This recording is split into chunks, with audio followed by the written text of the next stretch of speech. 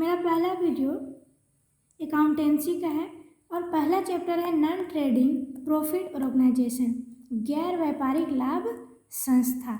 सबसे पहले गैर व्यापारिक लाभ संस्था क्या है उसको समझिए। उसके बाद इसका जितना भी क्वेश्चन है हम सब एक एक करके एक एक वीडियो में अपलोड करते रहेंगे, ठीक है।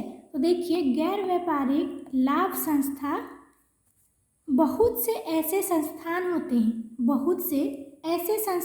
होते हैं जिनका उद्देश्य लाभ कमाना नहीं होता है, जैसे मस्जिद, मंदिर, अस्पताल, विद्यालय, धर्मशाला, क्लब आदि। तो मस्जिद, मंदिर, अस्पताल, विद्यालय, धर्मशाला आदि इनका उद्देश्य क्या होता है, देखिएगा। इनका उद्देश्य मंदिर, मस्जिद आदि मन को शांति प्रदान करना। दूसरा है अस्पताल, विद्यालय, धर्मशाला सेवा करना, और क्लब है मेरा मनोरंजन प्रदान करना। ये चैप्टर में एक्सपेंडिचर इनकम बहुत ही इम्पोर्टेंट है। तो एक्सपेंडिचर क्या है और इनकम क्या है समझिएगा, ठीक है। ध्यान से समझिएगा, सब समझ में आएगा, बहुत इजी लगेगा आपको भी। एक्सपेंडिचर खर्च को कहते हैं, आप इसको व्यय भी कह सकते हैं। ये दो प्रकार के होते हैं, एक्सपेंडिचर दो प्रकार के होते हैं। तो देखिए कौन कौन से। रेवेन्यू एक्सपेंडिचर, जिसको हिंदी में आयगत व्यय कहते हैं। इसका डिफिनेशन है वैसा व्यय जो हमेशा होते रहता है, जैसे रेंट, वेजेज, सैलरी etc। दूसरा है कैपिटल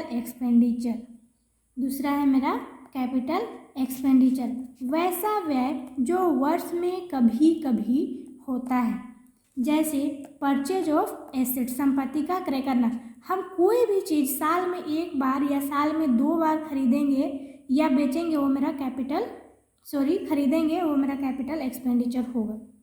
अब जो हमेशा होते रहता है, हमेशा का मतलब है कि महीने में या रोज। तो रेंट और वेजेज ये महीने में ही मिलता है, सैलरी भी महीने में मिलता है, तो ये मेरा रेवेन्यू एक्सपेंडिचर होगा। कैपिटल एक्सपेंडिचर मतलब साल में या 6 महीना में जो हम एक बार करते हैं। यहाँ तक क्लियर है। आइए इनकम पे। इनकम मीन्स आय, जो मेरा इनकम आता है, जो हम कमाते हैं वो मेरा आय हो गया, ठीक है। ये भी दो प्रकार के होते हैं, तो कौन कौन से। रेवेन्यू इनकम मतलब आयगत आय, रेवेन्यू इनकम मीन्स आयगत आय। फेयर करते जाइएगा, इम्पोर्टेंट चैप्टर है। वैसा आय जो हमेशा होते रहता है, जैसे फी received, rent received, subscription etc। फी रिसीव्ड हम हमेशा करते हैं, हर महीने फी रिसीव्ड होता है हमको। रेंट रिसीव्ड भी हमको हर महीने होता है। सब्सक्रिप्शन मीन्स चंदा हमको भी हमेशा मिलते रहता है, ठीक है। अब देखिए कैपिटल इनकम क्या है। वैसा आय जो वर्ष में कभी कभी होता है, जैसे डोनेशन रिसीव्ड फॉर सीएम। जब सीएम डोनेट करता है तो हमेशा नहीं करता है, वर्ष में कभी कभी। एक्चुअली वो जब इलेक्शन आ जाता है ना, तो डोनेशन ही लोग ज़्यादा करने लगते हैं, ठीक है। लाइफ मेंबरशिप फी, हम इंश्योरेंस भी साल में एक बार ही करते हैं, चाहे वो 2 साल का हो, 4 साल का हो, 5 साल का हो, तो ठीक है। तो वर्ष में ये भी कभी कभी। एनी फंड, कोई भी फंड हमेशा नहीं आता है, साल में एक आध बार ही आता है। आइए, ये चैप्टर में आपको रिसीव्ड एंड पेमेंट अकाउंट बनाने बोलेगा और इनकम एंड एक्सपेंडिचर अकाउंट बनाने बोलेगा। तो रिसीव्ड एंड पेमेंट अकाउंट का फॉर्मेट देखिए। रिसीव्ड एंड पेमेंट अकाउंट में हम कितना 4 कॉलम बनाएंगे। सबसे पहले इसका हेडिंग रहेगा received and payment account for the year ending 31 दिसंबर। जो भी डेट दिया हुआ रहेगा आप डेट डाल देंगे, ये इसका हेडिंग हो जाएगा, हेडलाइन। तो 4 कॉलम बनाएंगे हम। बना लीजिए। एक साइड हम रिसिप्ट लिखेंगे, उसके बाद अमाउंट, फिर पेमेंट लिखेंगे, फिर अमाउंट। दाहिना साइड दाहिना साइड हम CR से इंडिकेट करेंगे और बाएं साइड DR से इंडिकेट करेंगे। अब देखिए रिसिप्ट साइड हम क्या लिखेंगे, क्या क्या इसका आइटम रहेगा, टू बैलेंस BD यदि पैसा पहले से हो, टू बैलेंस BD यदि पैसा पहले से हो तो लिख देंगे उसको हम। टू ऑल इनकम जितने भी तरह के इनकम है, चाहे वो रेवेन्यू इनकम हो या कैपिटल इनकम हो, जितने भी तरह के इनकम है हम ये साइड लिखेंगे, चाहे वो पिछले साल का हो या करेंट ईयर का हो या आने वाला साल का हो, हम तीनों इनकम को यहाँ पे लिख देंगे। यहाँ तक क्लियर है। अब आइए क्रेडिट साइड, इधर हम बाई करके लिखते हैं। डेबिट साइड हम जो कुछ भी लिखेंगे टू लगाएंगे, सबसे पहले वो लिखने का मेरा तरीका है, टू लगाएंगे। और क्रेडिट साइड जब हम लिखेंगे तो बाई करके लिखेंगे। इधर भी वही है, जस्ट इसका उल्टा। तो ऑल एक्सपेंडिचर, इधर हम क्या किए थे, डेबिट साइड ऑल इनकम को लिखे थे और क्रेडिट साइड हम ऑल एक्सपेंडिचर को लिखेंगे,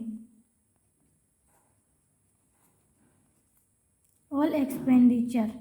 ओके, इसमें भी वही करेंगे, ऑल एक्सपेंडिचर मतलब प्रीवियस ईयर का भी लिखेंगे, पिछले साल का भी लिखेंगे हम, जो करेंट ईयर मेरा चल रहा है उसका भी लिखेंगे हम, और जो आने वाला साल है उसका भी एक्सपेंडिचर को हम लिखेंगे।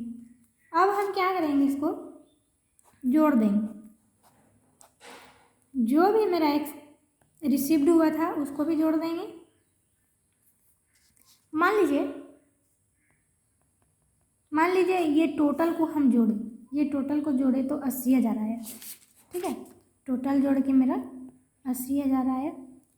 और इधर टोटल जोड़ के, डेबिट साइड टोटल जोड़ के मेरा 1,00,000 आता है, 1,00,000 आता है। और इधर जब हम टोटल जोड़े तो मेरा 80,000 आता है, जो कि 1,00,000 आना चाहिए। दोनों साइड मेरा सेम अमाउंट ही होना चाहिए। तो 1,00,000 में जो घट रहा है, 1,00,000 में कितना घट रहा है मेरा 20,000, 1,00,000 में मेरा जो घट रहा है 20,000 घटेगा, उसको हम बोलेंगे बाय बैलेंस CD, और वही मेरा आंसर निकलेगा। यहाँ पे लिखेंगे बाय बैलेंस CD। जब भी आप रिसीव्ड एंड पेमेंट अकाउंट बनाएंगे तो ध्यान दीजिएगा, हमेशा क्रेडिट साइड ही बैलेंस घटेगा। तो ये 20,000 मेरा आंसर निकलेगा। ये सिर्फ फॉर्मेट था, ठीक है, हम क्वेश्चन नहीं बना रहे हैं, ये सिर्फ मेरा फॉर्मेट है। यहाँ तक क्लियर होगा आपको।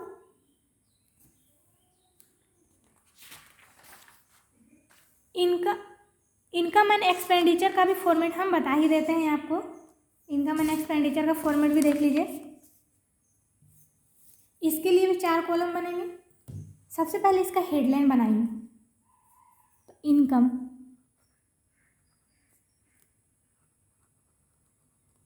Income and expenditure,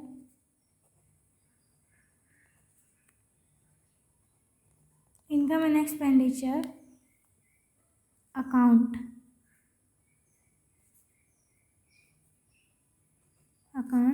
for the year ending, जो भी डेट दिया हुआ रहेगा फॉर द ईयर एंडिंग,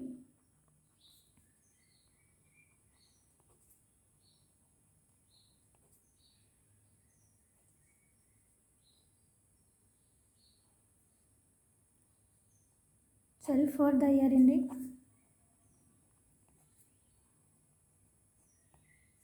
31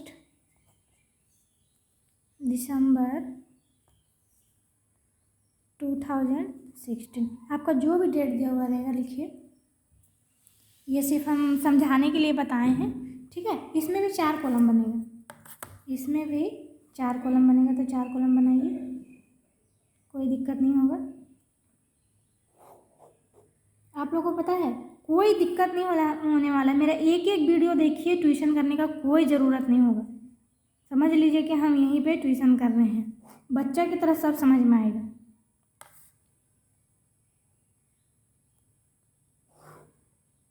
ये हो गया। इसमें भी हम 4 कॉलम बना लिए। अब एक साइड हम एक्सपेंडिचर लिखेंगे, एक साइड हम एक्सपेंडिचर लिखेंगे।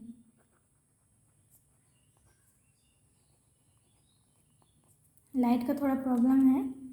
उसके बाद अमाउंट, एक्सपेंडिचर का अमाउंट। फिर एक साइड हम इनकम लिखेंगे, इनकम, उसके बाद फिर से अमाउंट। अमाउंट के नीचे सिंबल रुपीज़ का डाल दीजिएगा, अमाउंट के नीचे सिंबल रुपीज़ का डाल दीजिएगा। दाहिना साइड क्रेडिट कर दीजिए, जैसे पिछले रिसीव्ड एंड पेमेंट अकाउंट में किए थे, और बायां साइड डेबिट कर दीजिए। एक्सपेंडिचर मतलब क्या कहता है, खर्च को बाएं साइड हम खर्च को लिखेंगे और इनकम दाहिना साइड हम इनकम को लिखेंगे, लेकिन इसका रूल थोड़ा अलग है, समझिएगा। फॉर्मेट को ध्यान में रखिएगा, जब तक आपको फॉर्मेट याद नहीं रहेगा ये क्वेश्चन नहीं बनने वाला, ठीक है। तो क्वेश्चन बनाने के लिए हमको सबसे पहले फॉर्मेट को बहुत अच्छा तरीके से समझना होगा, ठीक है। तो समझिए, रट के पढ़ने का कोई फ़ायदा नहीं, बता रहे हैं, समझिएगा बढ़िया से। टू रेवेन्यू एक्सपेंडिचर, क्या बोल रहे हैं, to revenue expenditure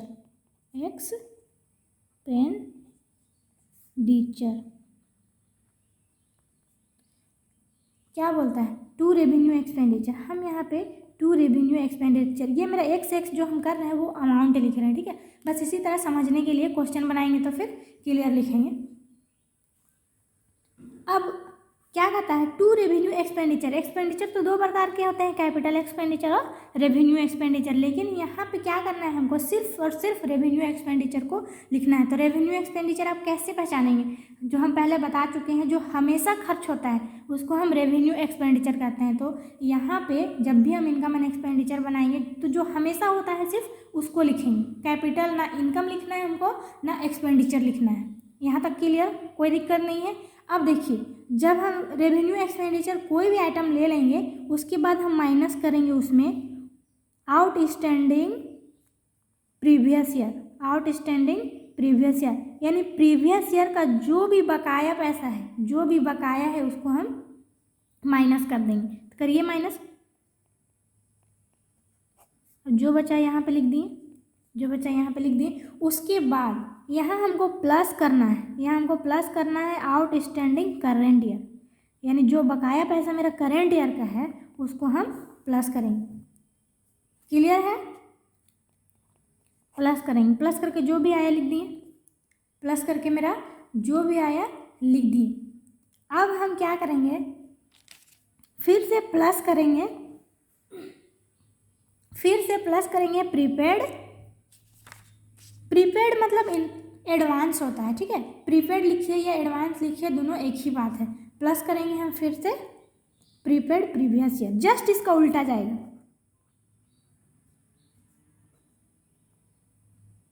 prepaid previous year. देखिए, आउटस्टैंडिंग का जस्ट उल्टा, इसमें प्रीवियस ईयर को हम माइनस किए थे और इसमें प्रीवियस ईयर को हम प्लस कर रहे हैं। आउटस्टैंडिंग में प्रीवियस ईयर को माइनस करना है और प्रीपेड में प्रीवियस ईयर को प्लस करना है। यहाँ तक कोई दिक्कत नहीं। फिर वही चीज़ जस्ट इसका उल्टा ले लेंगे हम, माइनस करेंगे प्रीपेड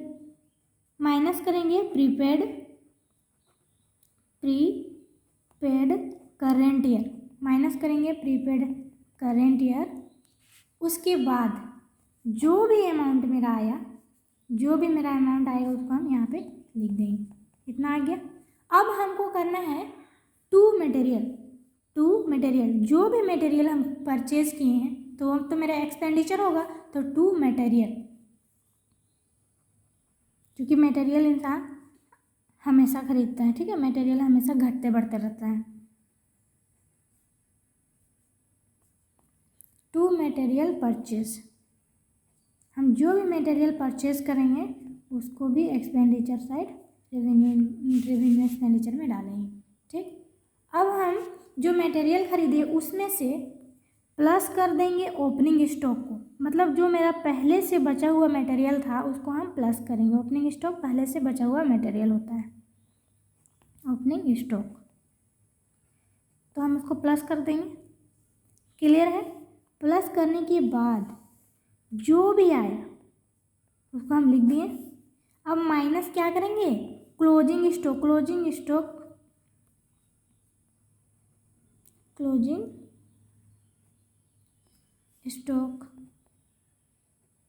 माइनस करेंगे हम। कीजिए क्लोजिंग स्टॉक माइनस,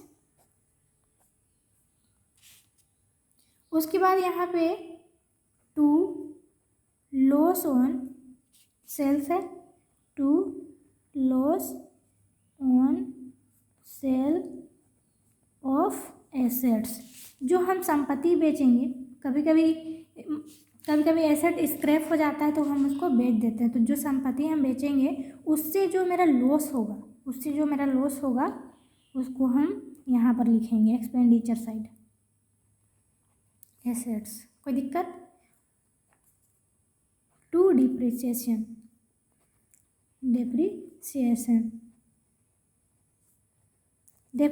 मतलब घिसावट होता है संपत्ति का, जो जिस दर से रेट गिरता है ना उसी को डेप्रिसिएशन कहते हैं। यहाँ तक तो क्लियर होगा।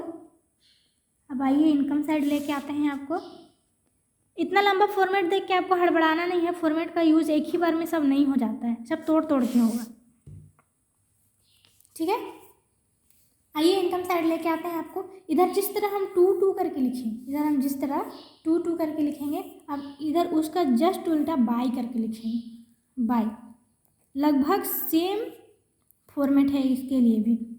बाय रेवेन्यू इनकम, हम डेबिट साइड एक्सपेंडिचर डाले थे और इनकम साइड इनकम डालेंगे, कोई दिक्कत नहीं है। By revenue income,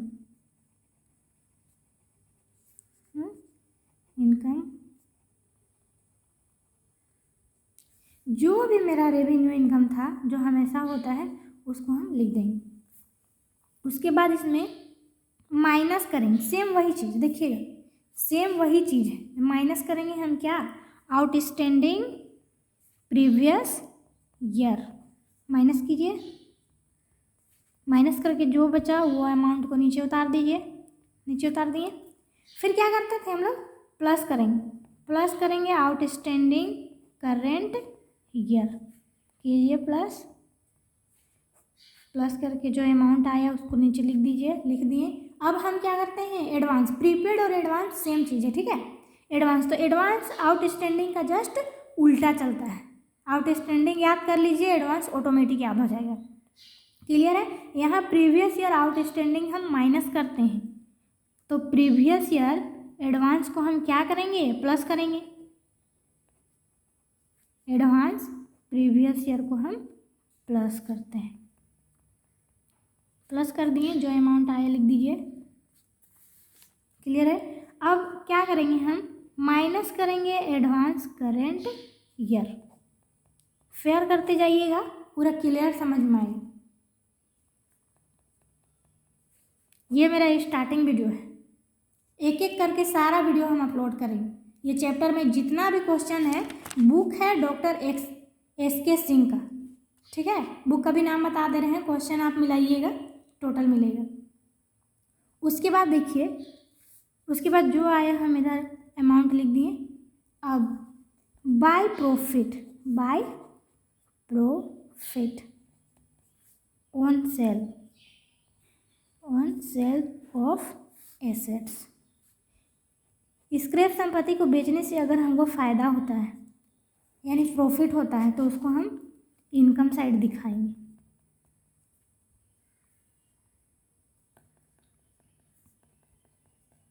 income side दिखा दिए। उसके बाद यहाँ तक तो क्लियर है, इतना ही फॉर्मेट है, ठीक है, इतना ही फॉर्मेट है।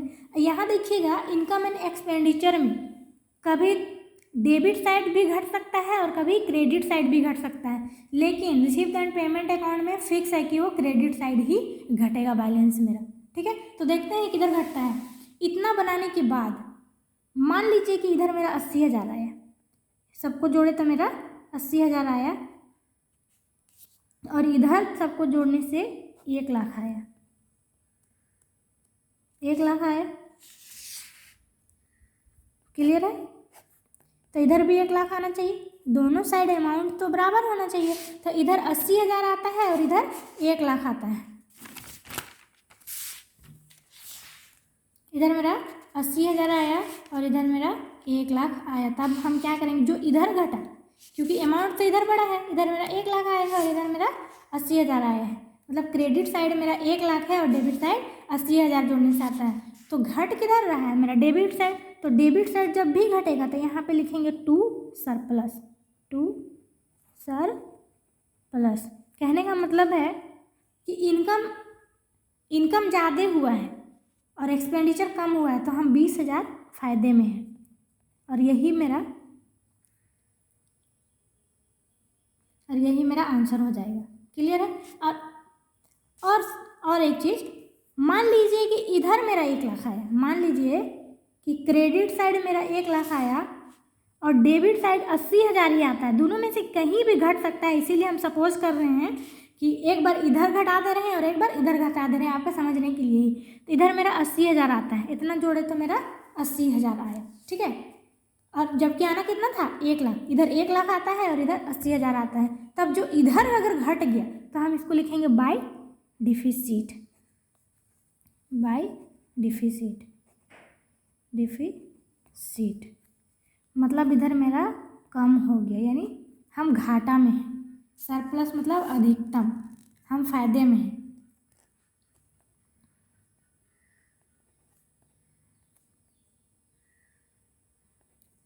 आज के लिए मेरा वीडियो इतना ही।